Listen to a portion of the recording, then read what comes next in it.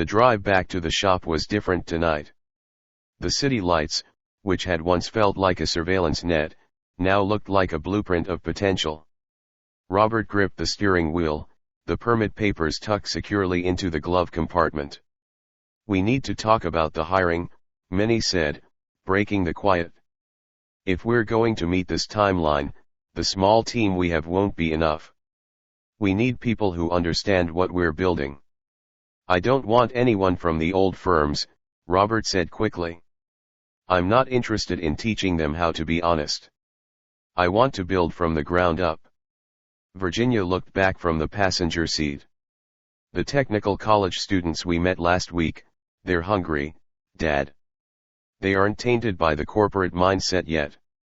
Why not bring them in as interns?" Robert considered this, his mind already mapping out the shop floor.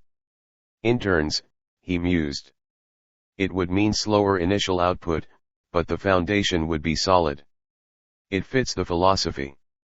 It's the only way to scale," Minnie added. "You can't build an honest structure using dishonest labor."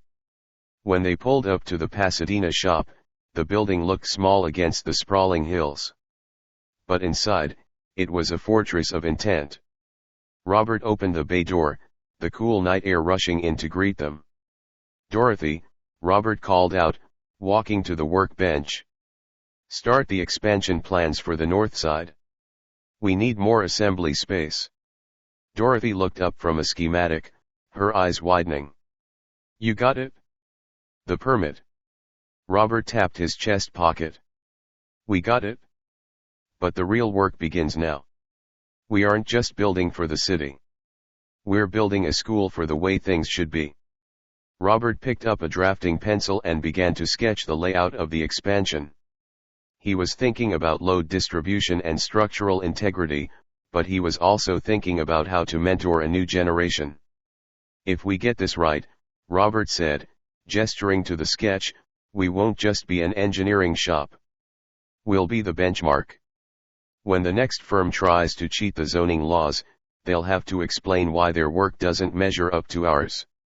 Minnie stood beside him, watching the lines take shape.